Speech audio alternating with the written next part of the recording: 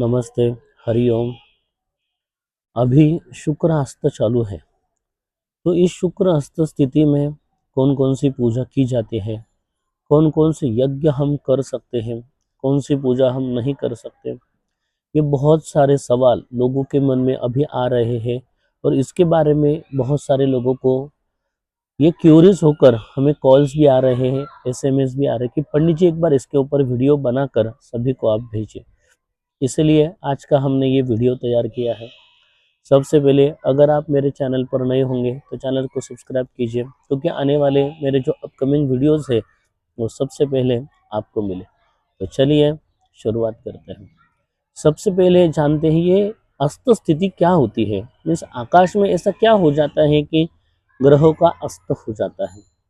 कुछ कुछ बार आकाश में ऐसी स्थितियां बन जाती है। अभी शुक्र अस्त चालू है, तो शुक्र ग्रह सूर्य भगवान के ऐसी स्थिति में आ जाते हैं कि सूरज भगवान जी की जो किरण है वो शुक्र ग्रह के ऊपर गिरने की वजह से शुक्र ग्रह के ऊपर से होने वाले जो पॉजिटिव किरण है, पॉजिटिव एनर्जी है, वो थोड़ी सी कम हो जाती है। इसके लिए ग्रहों का अस्त कहा गया है। और इस स्थिति में शुक्र ग्रह सुख शांति समृद्धि के कारक है। इसके लिए बहुत सारी शुभ पूजाएं, बहुत बहुत बड़े यज्ञ आदि कर्म जो होते हैं इस स्थिति में नहीं किए जाते। इसमें सबसे पहली आने वाली जो पूजा है जो हम नहीं कर सकते वो है विवाह। उसके बाद घर में वास्तु शांति की पूजा हम नहीं कर सकते।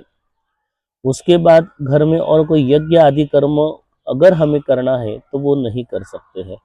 तो तुरंत उसके बाद एक मन में ख्याल आता है कि अभी माघी जयंती आने वाली है, गणेश जयंती आने वाली है, तो उस समय बहुत सारे लोग गणेश याग भी करते हैं। तो क्या हमें गणेश याग करना चाहिए कि नहीं करना चाहिए?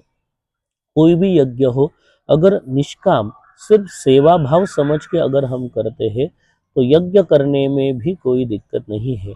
अगर मन में कोई मनोकामना, कोई सकाम, कोई संकल्प करके करते हैं कि हमें भगवान जी से ये चाहिए, वो चाहिए, हमारा ये काम बन जाए, हमारी ये मनोकामना पूरी हो जाए, ऐसी मनोकामना रखकर अगर हम यज्ञ आदि कर्म करते हैं तो वो हमें नहीं करना चाहिए। बट गणेश जयंती में अगर आप सिर्फ भगवान जी की सेवा, भगवान जी की भक्ति समझकर यज्ञ करने वाले हैं तो कोई भी दिक्कत नहीं है। तो घर में कौन सी पूजा इस स्थिति में हम कर सकते हैं?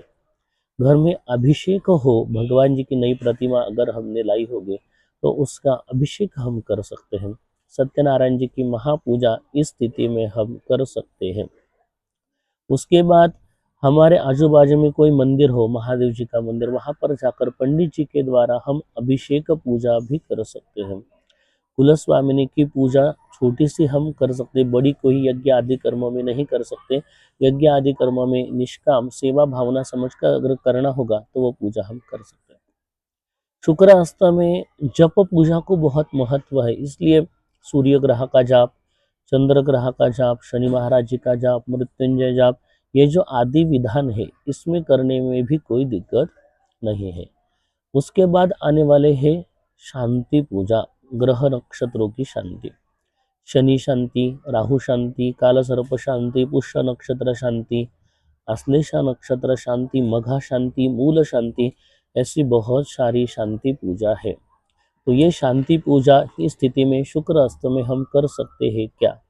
तो इस स्थिति में हमें शांति पूजा भी नहीं करनी चाहिए। तो ये स्थिति जो है ये 30 जनवरी तक होने वाली है। तो इसलिए जो छोटी छोटी पूजा है, अभिषेक पूजा, सत्यनारायण पूजा, भगवान जी की छोटी मोटी जो पूजा है वो हम कर सकती है। बट बड़ी पूजा हम मनोकामना रखकर सकाम भावना से नहीं कर सकते हैं।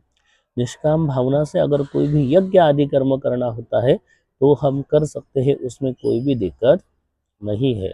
अधिक जानकारी के लिए श्री रेणुका ज्योतिष कार्यालय, पंडित हिरण्मय जोशी, नासिक त्र्यंबकेश्वर, हरिओम।